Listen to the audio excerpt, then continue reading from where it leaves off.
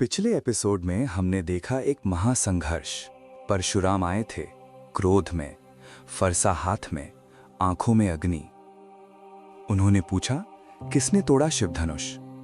राम आगे आए, शांत सहज, बोले, मैंने तोड़ा। लक्ष्मण लड़ने को तैयार थे, लेकिन राम ने रोका।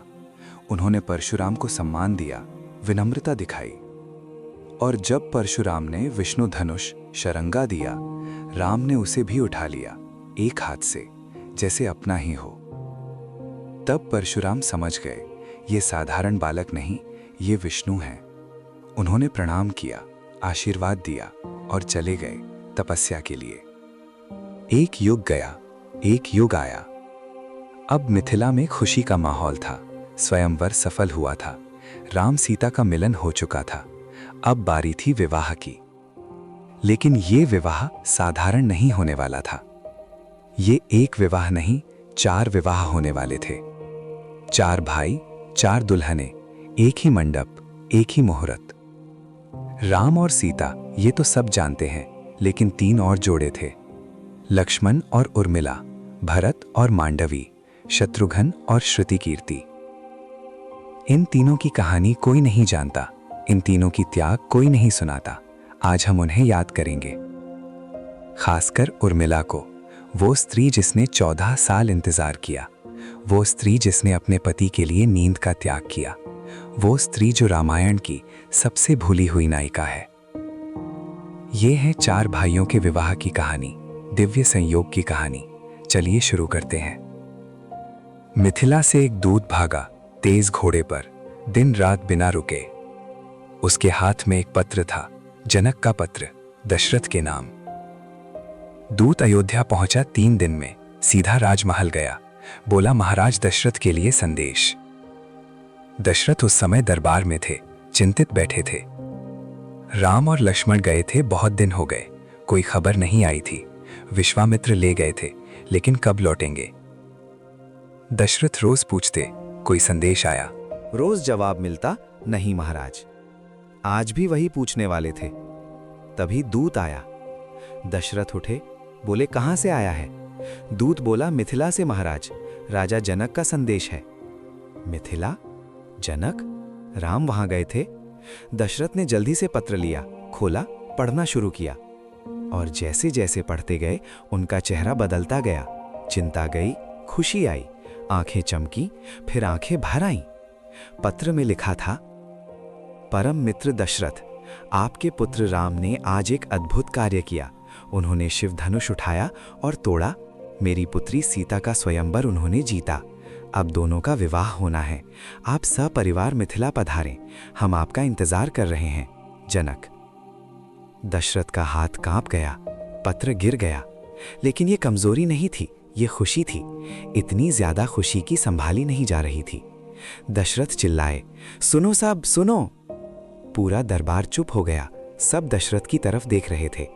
दशरथ बोले, मेरे राम ने शिव धनुष तोड़ा, वो धनुष जो कोई नहीं उठा पाया, वो धनुष जो रावण भी नहीं हिला पाया, मेरे बेटे ने तोड़ा। दरबार में शोर मचा, लोग तालियां बजाने लगे, जय हो राजकुमार राम। दशरथ आगे बोले, और अब उसकी शादी होगी जनक की बेटी सीता से, मिथिला की राजकुमारी से। हम सब जाएंगे मिथिला। खुशी की लहल दौड़ी पूरे दरबार में, फिर पूरे राजमहल में, फिर पूरी अयोध्या में। अंतःपुर में 3 रानियां बैठी थीं, कौशल्या, सुमित्रा, कैकेयी। जब उन्हें खबर मिली, कौशल्या रो पड़ी, खुशी के आंसू। बोली, मेरा राम, मेरा बच्चा शादी कर रहा है। सुमित्रा भी खुश थी, लक्ष्मण भी वहां था, दोनों भाई साथ थे, यही सबसे बड़ी बात थी। कैकेयी भी मुस्कुराई, बोली, दशरथ जी बहुत खुश होंगे, राम उनका सबसे लाडला है। कौशल्या ने कैकेयी को देखा, कुछ था उसकी आंखों में, कुछ जो समझ नहीं आ रहा था। लेकिन आज खुशी का दिन था, कौशल्या ने नजरअंदाज कर दिया। दशरथ ने आदेश दिया, पूरी अयोध्या तैयार हो, ऐसी बारात निकलेगी जो दुनिया याद रखे। और अयोध्या तैयार होने लगी। सबसे पहले हाथी सजाए गए, 100 हाथी, सोने चांदी से, मोतियों से, फूलों से। फिर घोड़े सजाए गए, 1000 घोड़े, हर एक सुंदर से सुंदर, हर एक तेज से तेज। फिर रथ तैयार हुए।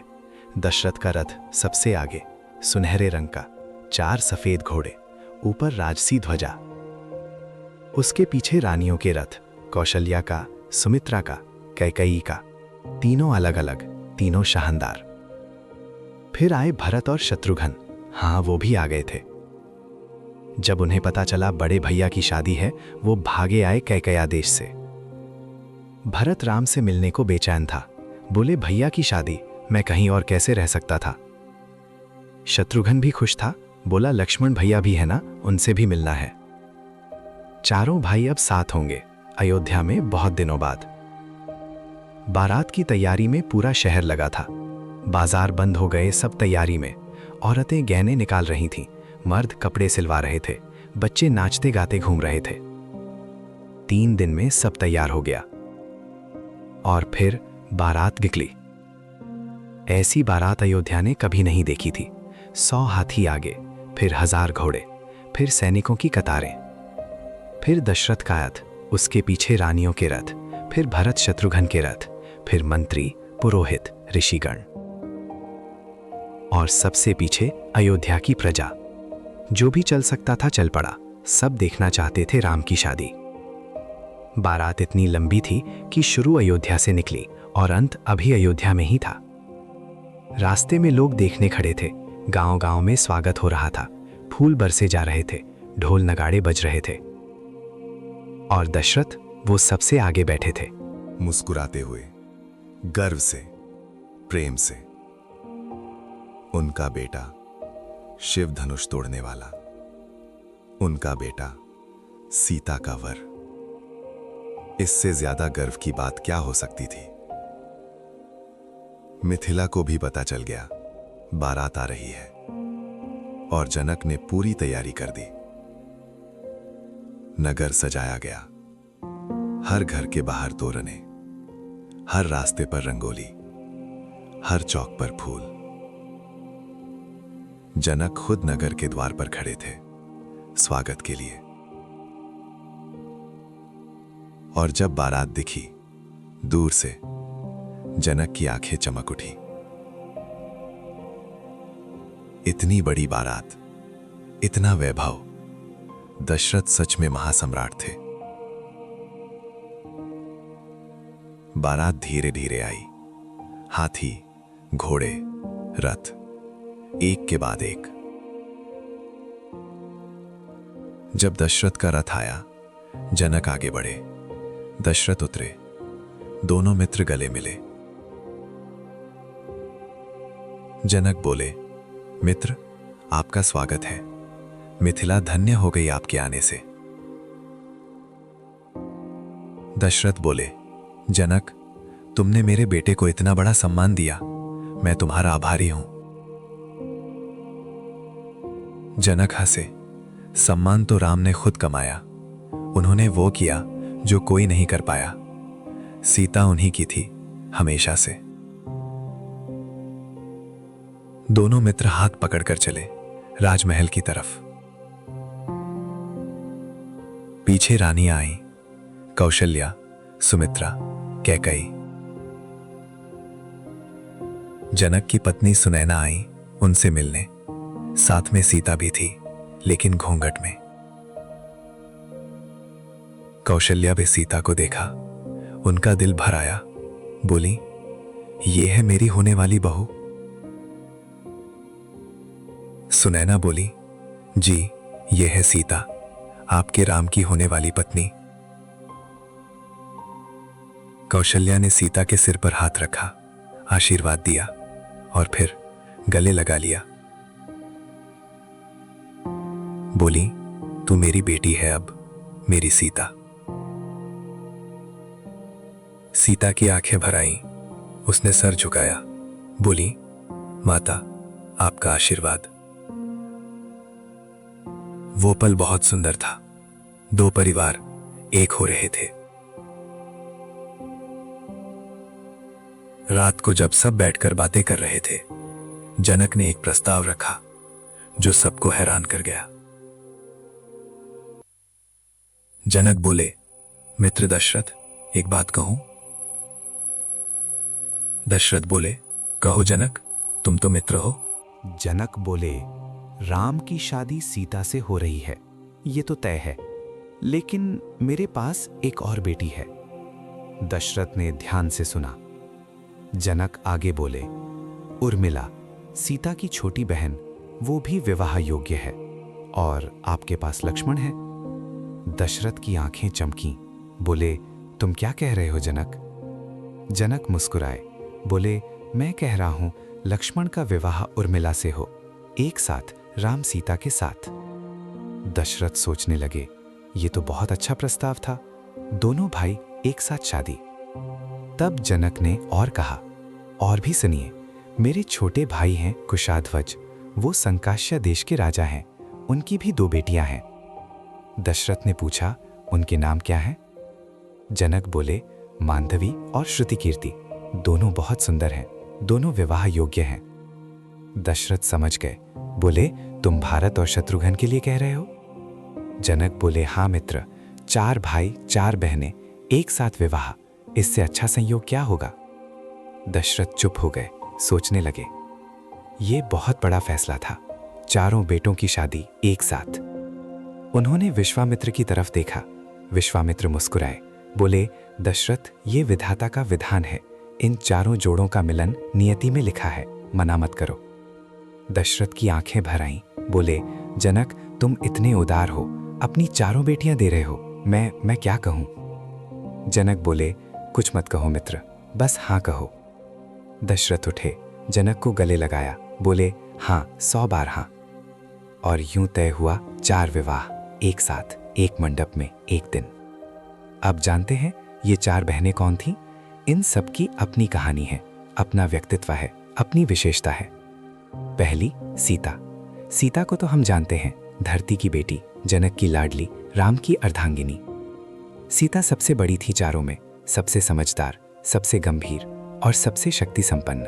उसने बचपन में शिव धनुष उठा लिया था, ये राज सिर्फ वो जानती थी, और अब उसका वर आ गया था। दूसरी, उर्मिला। उर्मिला सीता की छोटी बहन थी, लेकिन बहुत अलग थी सीता से।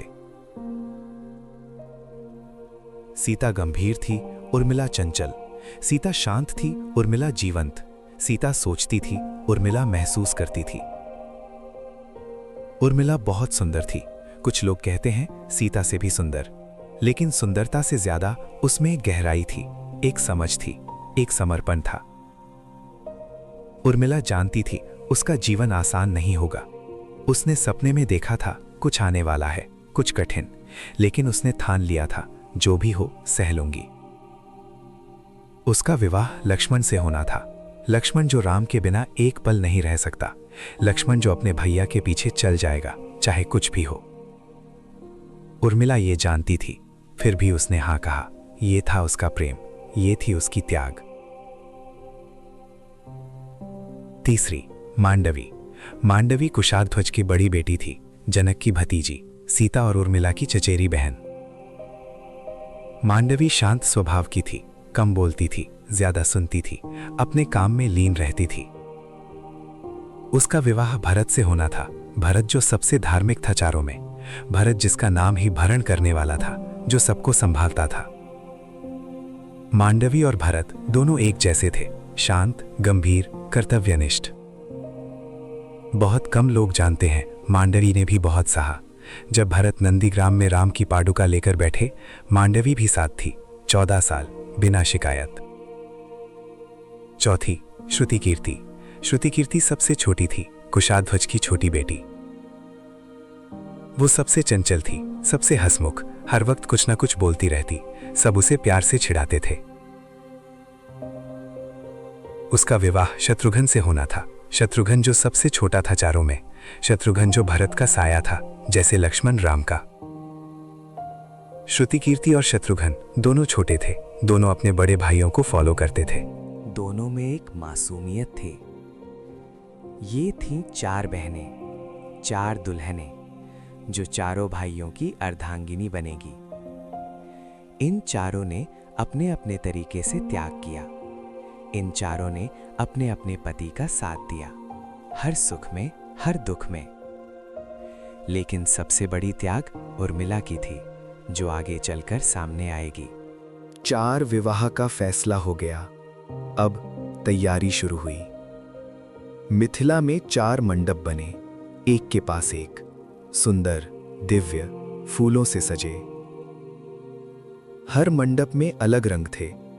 राम सीता का मंडप लाल और सुनहरे, लक्ष्मण उर्मिला का सफेद और नीले, भरत मांधवी का पीले और हरे, शत्रुघ्न श्रुतिकीर्ति का गुलाबी और नारंगी।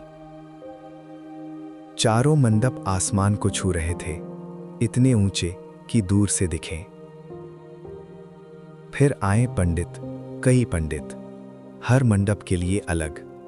मंत्रों की तैयारी हुई, हवन कुंड सजाए गए। फिर आए संगीतकार, ढोलक, शहनाई, वीणा, मृदंग, सब तैयार हुए। रसोई में पकवान बनने लगे, इतने पकवान की गिन्नत ना हो। मिठाइयाँ, नमकीन, फल, मेवा, सब कुछ था। दुल्हनें अपने अपने कक्ष में थीं, सजाई जा रही थीं। सीता को लाल वस्त्र पहनाया गया, सोने के गहने, मांग में सिंदूर का इंतजार। उर्मिला को नीला वस्त्र मिला, चांदी के गहने। उसकी आंखों में सपने थे और कुछ डर भी। मांधवी को पीला वस्त्र, श्रुतिकीर्ति को गुलाबी। चारों बहनें एक से बढ़कर एक। दूसरी तरफ दुल्हे भी तैयार हो रहे थे। राम ने पहना राजसी वस्त्र, सुनहरे रंग का, मुकुट सिर पर, हर हाथ में कंगन। वो आज बहुत तेजस्वी दिख रहे थे। लक्ष्मण ने सफेद नीला पहना, भरत ने पीला, शत्रुघ्न ने गुलाबी। चारों भाई जब एक साथ खड़े हुए, सखियां साथ थीं। सीता आई राम के मंडप में, उर्मिला आई लक्ष्मण के मंडप में, मांडवी आई भरत के मंडप में, श्रुतिकीर्ति आई शत्रुघ्न के मंडप में। जब दुल्हनें बैठीं, पंडितों ने मंत्र शुरू किए। ओम भूर्भुवः स्वाहा। मंत्रों की ध्वनि पूरे मिथिला में गूंजी। अग्नि जलाई गई चारों मंडप में एक साथ। फिर फेरे शुरू हुए, 7 फेरे। हर फेरे का अपना अर्थ, हर फेरे का अपना वचन। पहला फेरा, अन्ना और आहार का वचन। दुल्हा बोला, मैं तेरा भरण पोषण करूंगा। दुल्हन बोली, मैं घर का ध्यान रखूंगी। दूसरा फेरा, शक्ति और साहस का वचन। दुल्हा बोला, मैं तेरी रक्षा करूंगा। दुल्हन बोली, मैं तेरा साथ कभी नहीं छोड़ूंगी। तीसरा फेरा, धन और समृद्धि का वचन। दुल्हा बोला, मैं धन कमाऊंगा घर के लिए। दुल्हन बोली, मैं उसे संभाल कर रखूंगी। चौथा फेरा, संतान और वंश का वचन। दुल्हा बोला, मैं घर में संतान आएंगी। दुल्हन बोली, मैं उन्हें अच्छी शिक्षा दूंगी। पांचवा फेरा, सुख दुख का वचन। दुल्हा बोला, हर सुख में तुझे याद करूंगा। दुल्हन बोली, हर दुख में तेरा साथ दूंगी। छठा फेरा, धर्म और कर्तव्य का वचन। दुल्हा बोला, मैं धर्म के रास्ते चलूंगा। दुल्हन बोली, मैं तेरा हाथ पकड़े रहूंगी। सातवां फेरा, अनंत प्रेम का वचन। दुल्हा बोला, तुझसे प्रेम करूंगा 7 जन्मों तक। दुल्हन बोली, मैं तेरी रहूंगी 7 जन्मों तक। 7 फेरे पूरे हुए, चारों मंडप में एक साथ। फिर आया सबसे पवित्र क्षण, सिंदूर। राम ने सीता की मांग भरी लाल सिंदूर से। सीता की आंखें बंद थीं, आंखों से आंसू बह रहे थे खुशी के। लक्ष्मण ने उर्मिला की मांग भरी, भरत ने मांडवी की, शत्रुघ्न ने श्रुतिकीर्ति की। 4 जोड़ियां अब एक हो गईं, पति पत्नी, अर्धांगिनी। आकाश में देवताओं ने फूल बरसाए, गंधर्व गाने लगे, अप्सराएं नाचने लगीं। ये सिर्फ इंसानी विवाह नहीं था, ये दिव्य मिलन था। चार चार अवतारों का, चार चार शक्तियों का। दशरथ रो रहे थे, जनक रो रहे थे, रानियां रो रही थीं, पूरा मिथिला रो रहा था। खुशी के आंसू, पूर्णता के आंसू। विवाह हो गया, सब खुश थे, लेकिन एक कहानी अभी बाकी है। उर्मिला की कहानी, जो रामायण की सबसे भूली हुई नायिका है। विवाह के बाद उर्मिला अपने कक्ष में थी। लक्ष्मण उसके पास थे। दोनों अब पति पत्नी थे। लक्ष्मण बहुत खुश थे।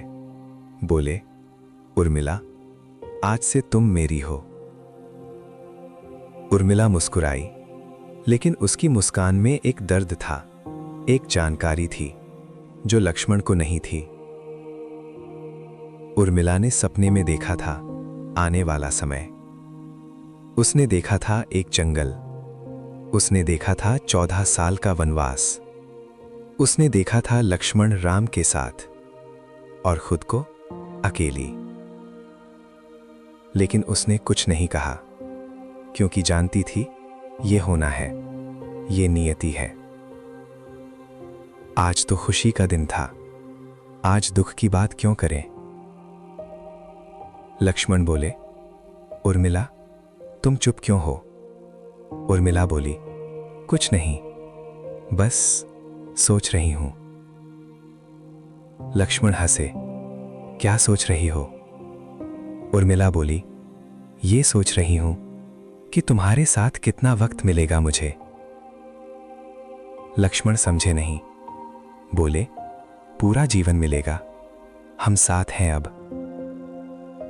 उर्मिला ने आंखें बंद की, मन में कहा, काश ऐसा होता।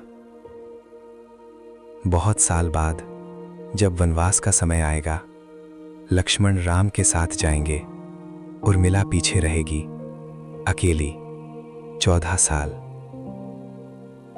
और उस समय उर्मिला क्या करेगी, ये बहुत कम लोग जानते हैं।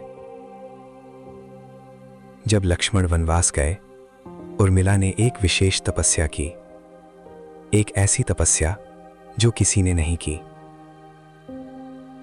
उसने नींद का त्याग किया। हां, बोली, माता, मेरी नींद लक्ष्मण को दे दो। जो नींद उन्हें लेनी चाहिए वो मैं ले लूंगी। मैं सो जाऊंगी ताकि वो जाग सके। निद्रा देवी प्रसन्न हुई, उन्होंने वरदान दिया और उर्मिला 14 साल तक सोती रही, दिन रात बिना उठे, ताकि लक्ष्मण जाग सके, ताकि राम सुरक्षित रहे, ताकि धर्म की विजय हो। ये थी उर्मिला की त्याग, जो किसी ने नहीं देखी, जो किसी ने नहीं गाई, जो इतिहास ने भुला दी। लेकिन आज हम याद कर रहे हैं। उर्मिला, तू महान है, तेरे जैसा त्याग कोई नहीं कर सकता।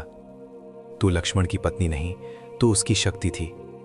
बिना तेरे वो 14 साल नहीं जाग पाते, बिना तेरे राम सुरक्षित नहीं रहते, बिना तेरे रावण का वध नहीं होता।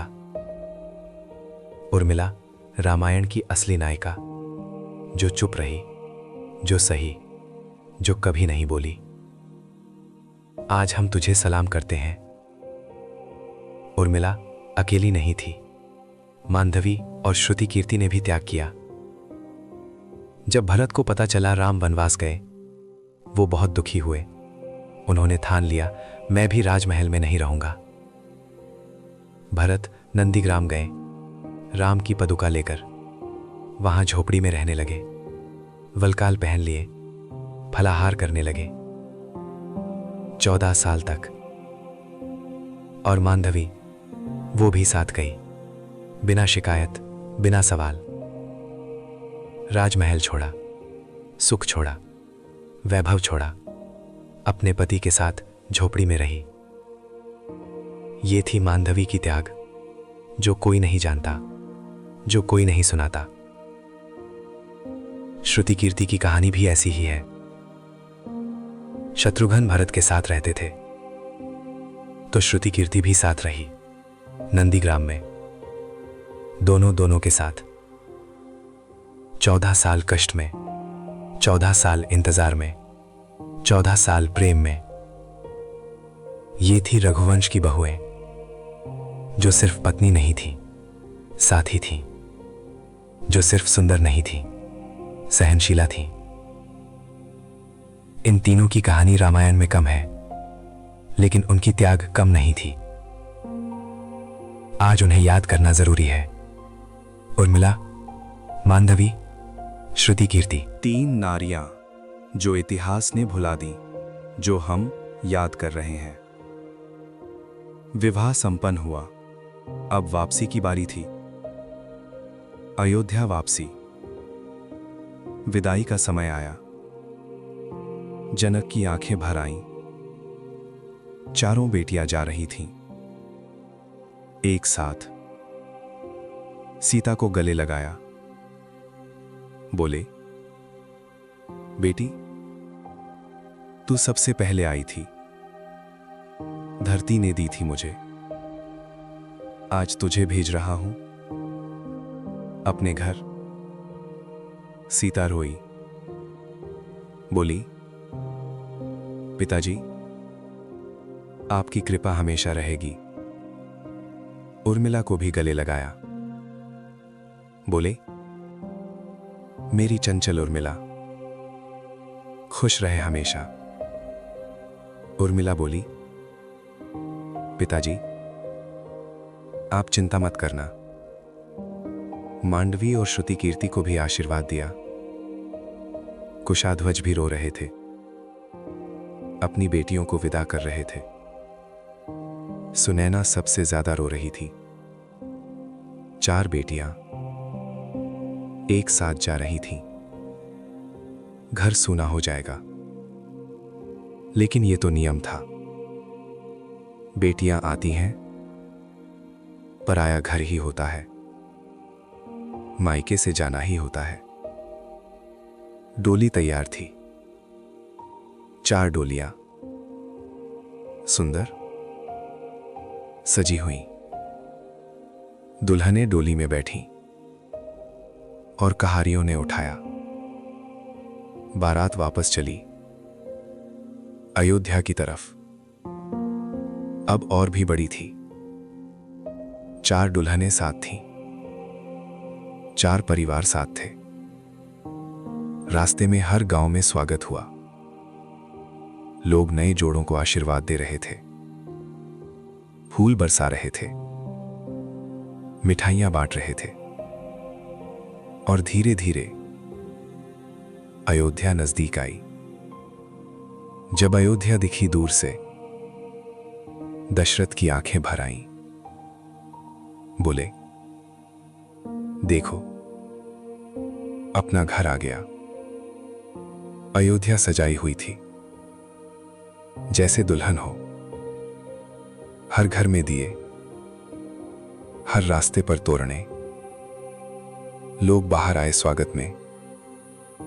आए, नए जोड़े आए।